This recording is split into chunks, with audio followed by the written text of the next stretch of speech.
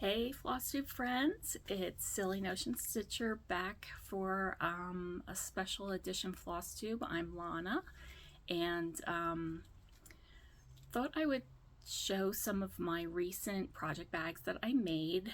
I came back from StitchCon with a lot of haul and new projects that I wanted to get kitted up right away.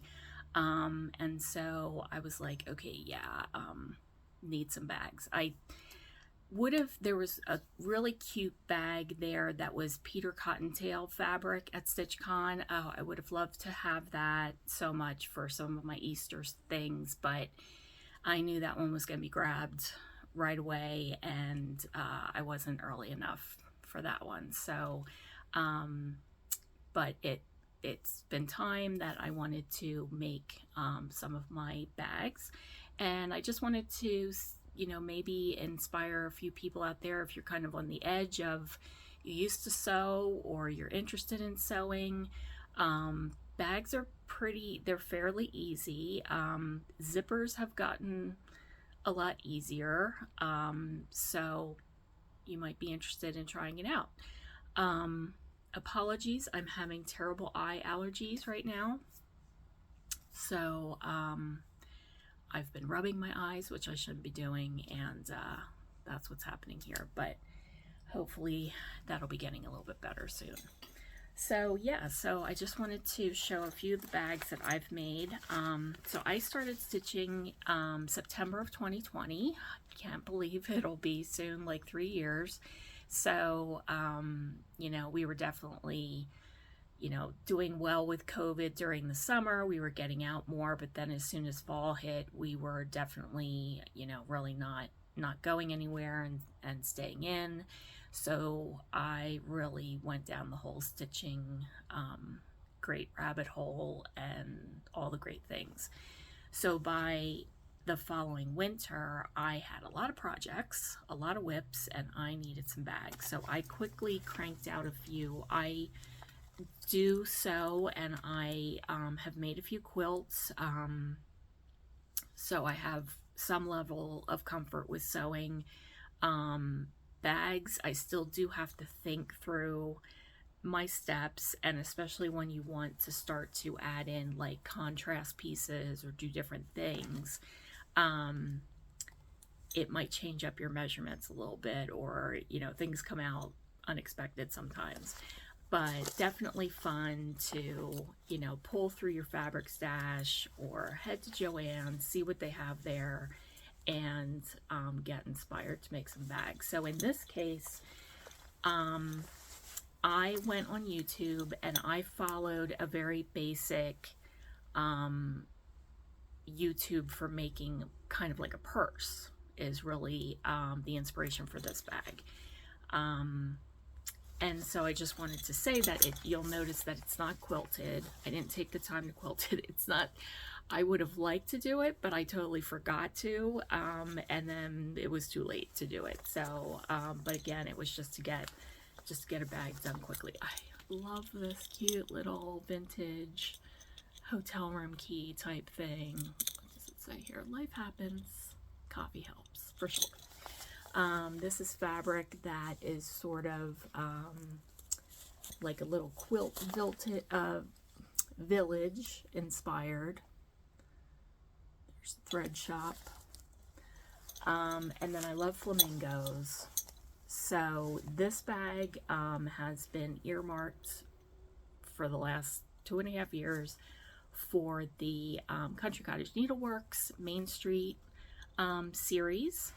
And then I just recently started putting in the Boardwalk series in here, and I do have the first 2 patterns so far, but this will be moving, my Boardwalk series will be moving to a different bag, so I am intending to have more of a summery seashore type of bag for that. And so this is just a basic zipper. This is a YKK zipper. Tropical fabric inside. Looks like I stayed with the flamingo fabric over here. And in this case, the bag pattern was to hide the seams, which is French seams. So there are, I mean, there's a seam here, but you don't see the inside edges of that seam. But no pockets or anything. Very low tech, as they say. So that's that version. This bag I did not make myself, but I wanted to show it as an example. So this was gifted to me at StitchCon. One of my table mates provided it. Anne was her name, and it was such a nice surprise. She has some really nice little charms she added here, and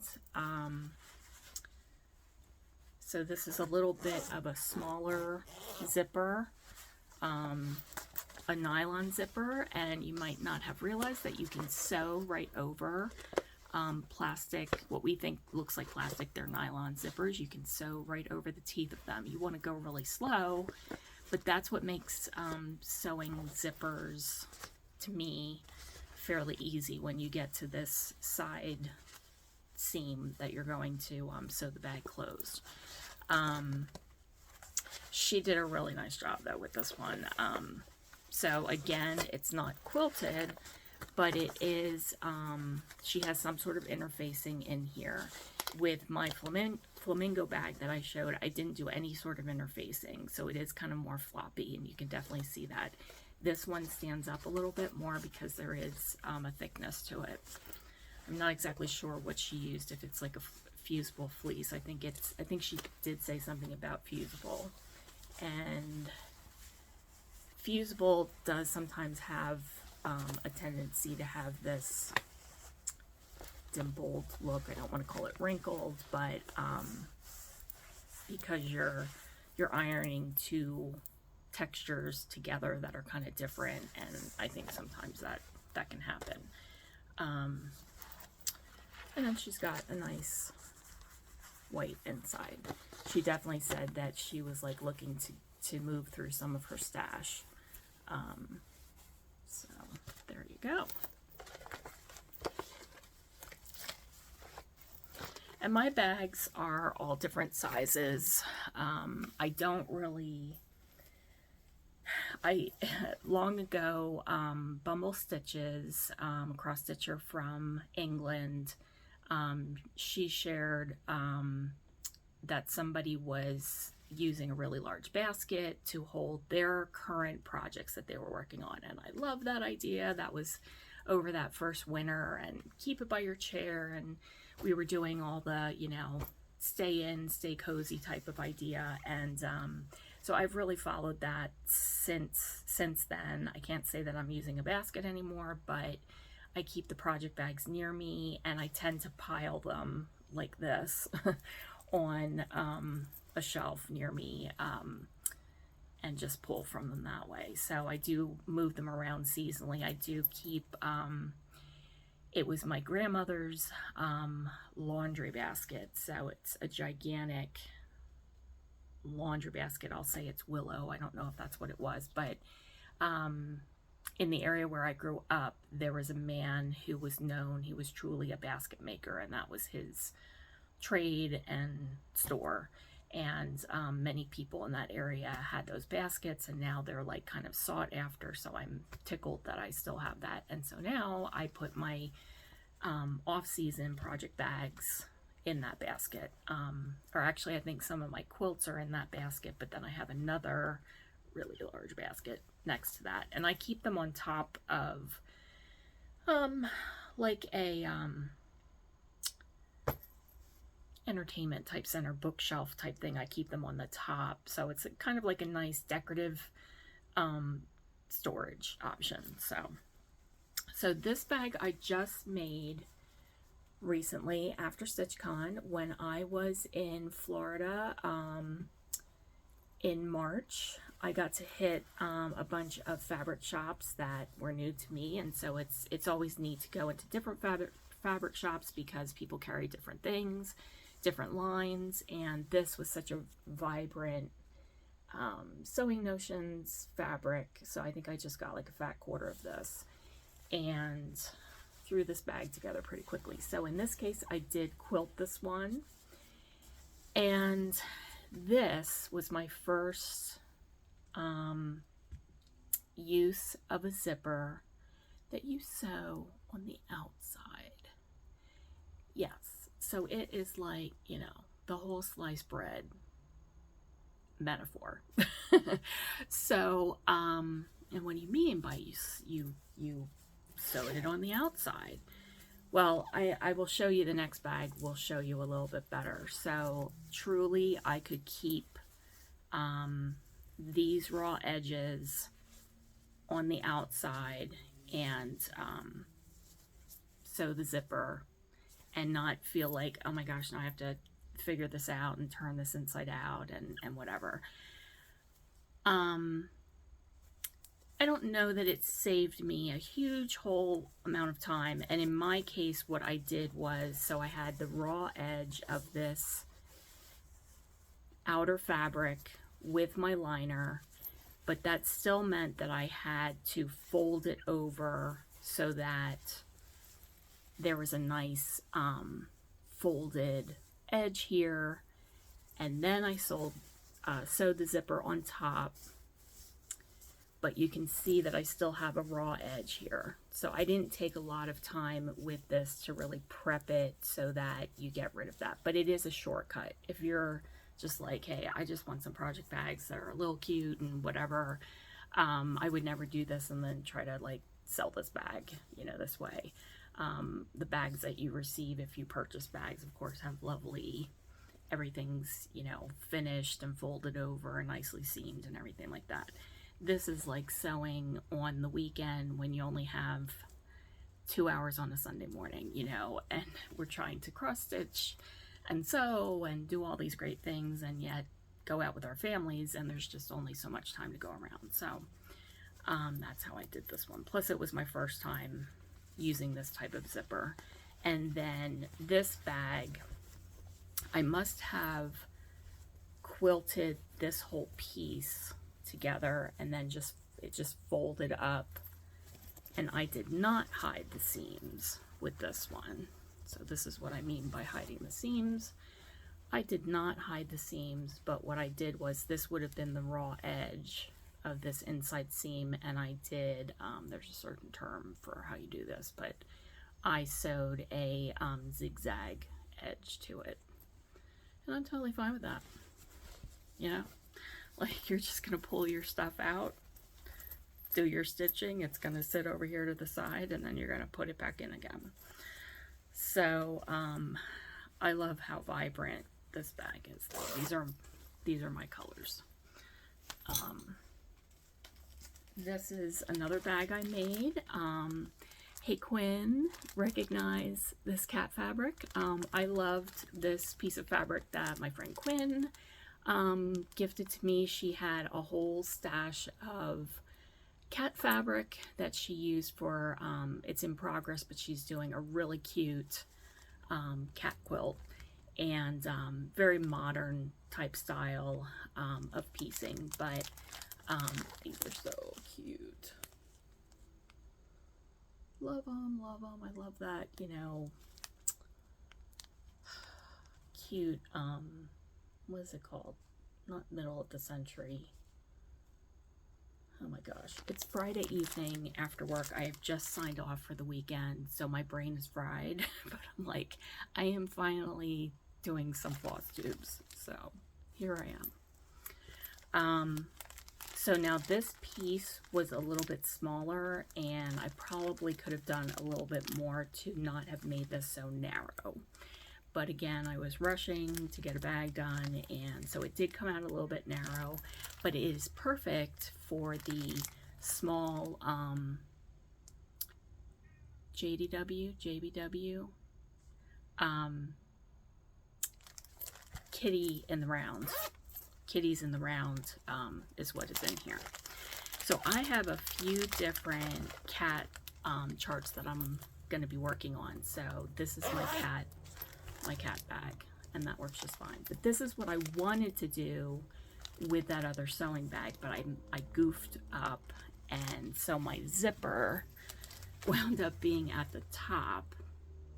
But there was a way to do a long piece of fabric and just fold it over, and then you can shift it down so that your zipper falls where you want it to.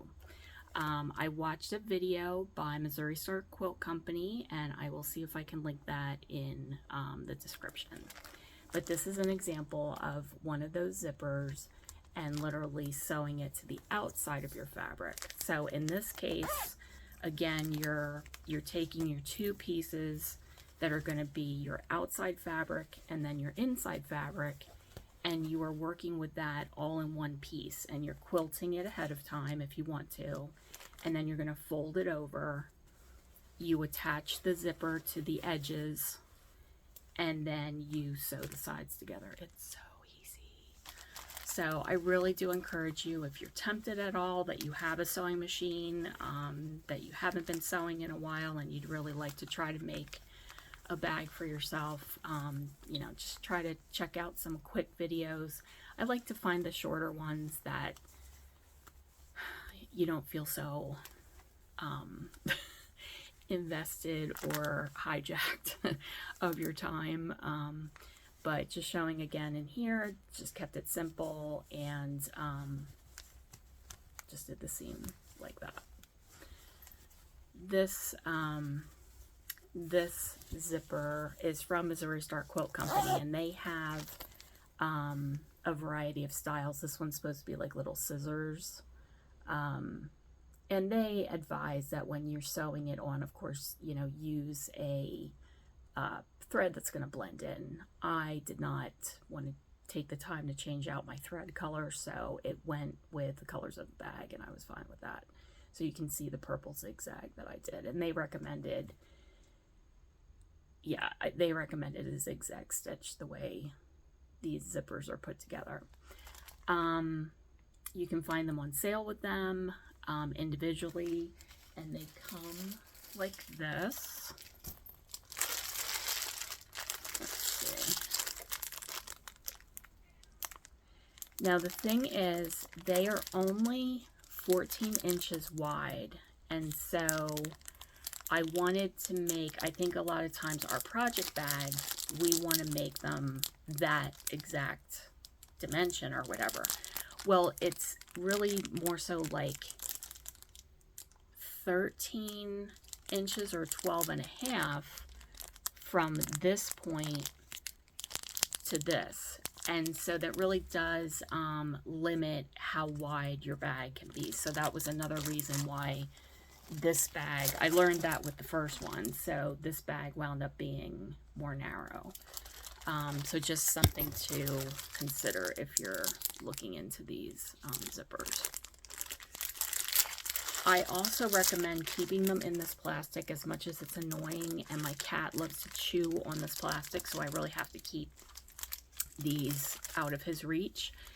But the zipper tape is really kind of flimsy because it's you know, laser cut or whatever, and so if they can really get crumpled and creased is what I'm trying to say. So it's kind of better to keep them in that plastic. Again, like a nylon zipper, so you can sew right over top of it, sew over those teeth. I wanted to show this zipper would be another one that you can sew over, and yet it has like sort of like a metal look to it, and kind of like maybe, you know, modern rocker type bag. I'm fortunate that living close to Lancaster County, there are a few like bottom dollar fabric type places around me that sell like seconds or leftovers. And so this one place sells zippers, and I can, I've gotten some cheap ones there, but I have learned that the cheaper ones do make it a little bit tougher sometimes to get a more crisp look. So just depends on what you're using them for. All right, so that's that one, and just thought I'd show you This is one that is in the making. So this is the idea that I was just talking about, where you're gonna, you know, quilt the piece ahead of time in one piece. This would be the lining. Cute numbers and letters. Yeah, my Singer Featherweight I see on there. And these are milk bottle caps. So I found this fabric at a Mennonite run shop near Kutztown PA, Wooden Bridge Dry Goods. And I know a few of you commented that you know exactly where that is. I have only been there one time, and I went to Kutztown University, but I wasn't sewing back then, and I need to go back. So anyway, I will be trimming this and making this into a project bag, but basically what I was doing to make those is I would be folding it up, and it's on this raw seam that I would lay the zipper out onto and sew it. And then you can basically, just trying to show you here, your zipper is going to be up at the top, but you can shift it then and just sort of shift this loop down, this little tube that you've created, and now your zipper is going to be here, and then you're just going to sew up the edges and finish it. Voila. I always, you know, have high hopes that all my sewing projects are going to be like, oh, easy peasy, done in, you know, half an hour. So, very excited that I at least have this quilted, and I am going to be at a retreat soon and able to make some bags. And as a finale to my bag topic, because I had so many things that I was really eager to get kitted up, I did go on Amazon, and it was during Amazon Prime days. I did find these. So this is a type of mesh that I would equate it to, similar to like hosiery, when you're going to put hosiery or underwear in the dryer, and you use that type of mesh bag to protect it. So in a pinch, and they were pretty inexpensive. Let me see if I wrote down the information. I did write down the name. It's a little bit of one of those odd brand names, but that is where I ordered these, off of Amazon. So they're sort of like a rose pink, blush, a colonial blue.